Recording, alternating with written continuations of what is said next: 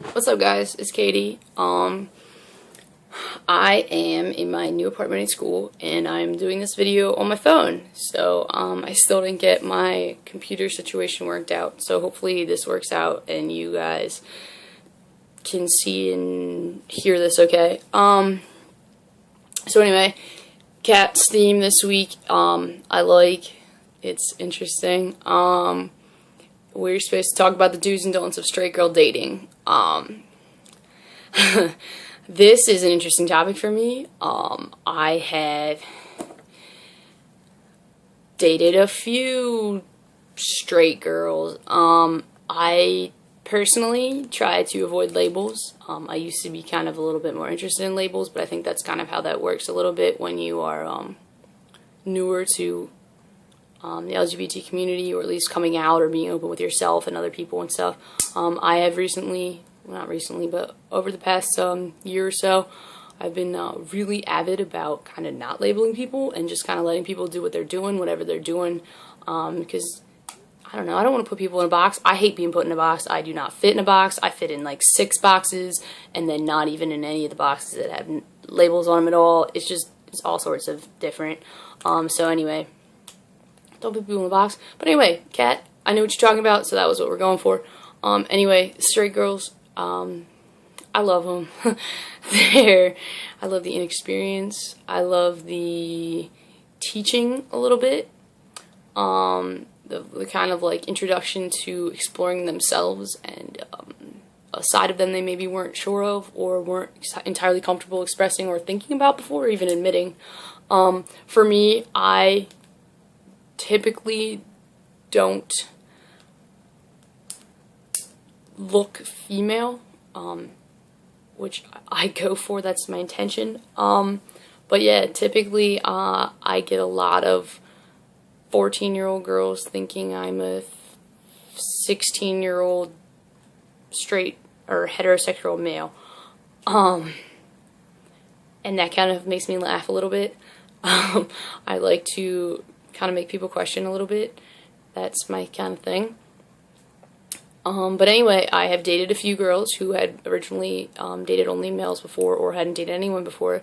And that's kind of difficult because while the experience is fun and exciting and teaching them new things and letting them get to know themselves and be themselves in a different way, it's also challenging because there is the whole aspect of social unacceptance still, and the fact that people don't feel comfortable kind of being themselves in public. Maybe they're more comfortable being okay in a more private setting.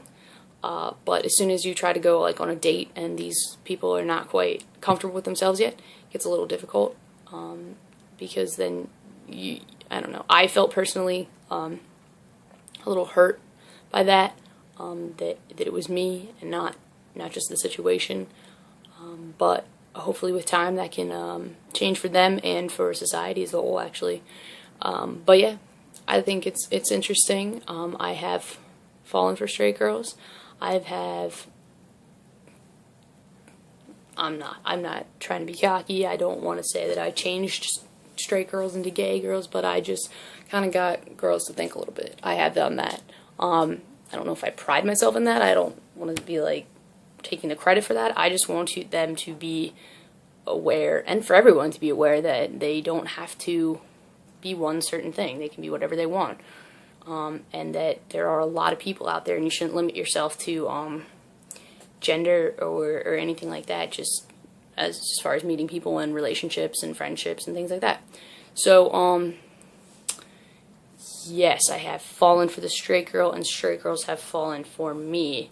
It did not work out. I'm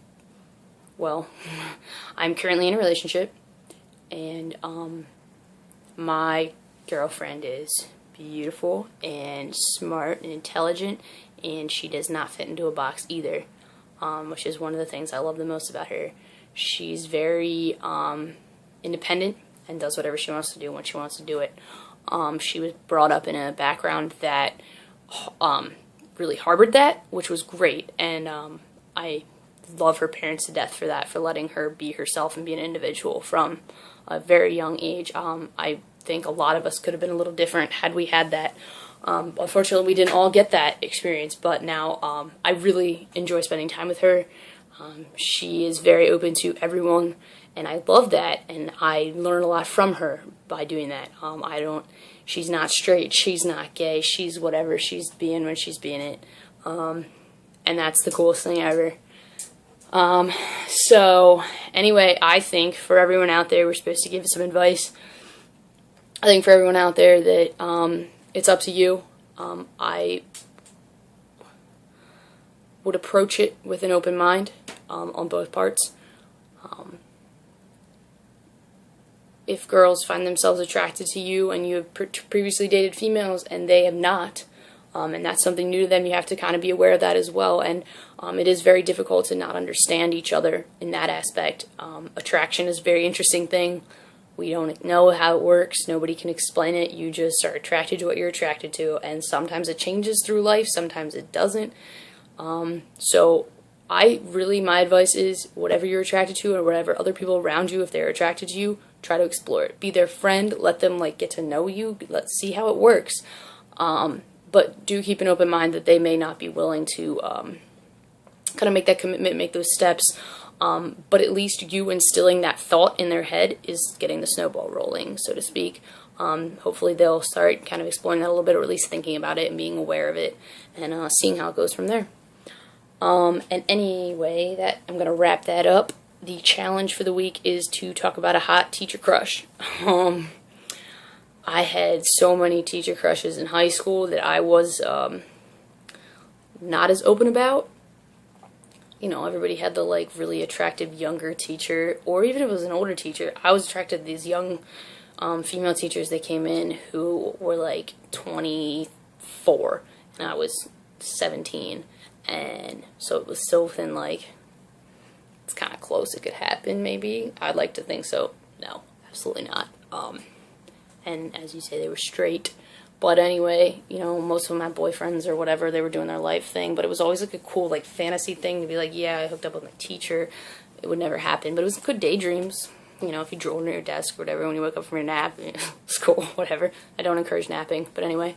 But yeah, and in college, I've had some of the most attractive teachers.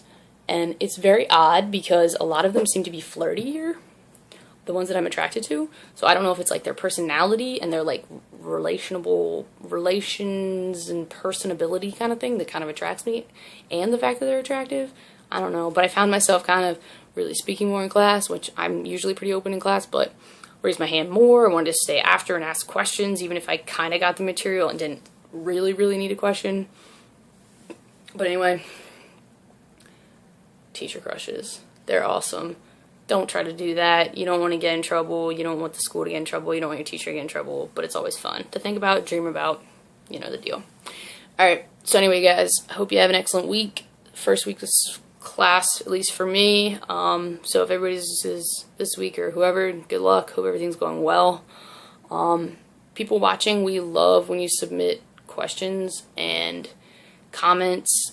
So please let us know if you have anything you'd like us to talk about. We love hearing from you guys. So anyway, take care. Have an excellent week. See you guys.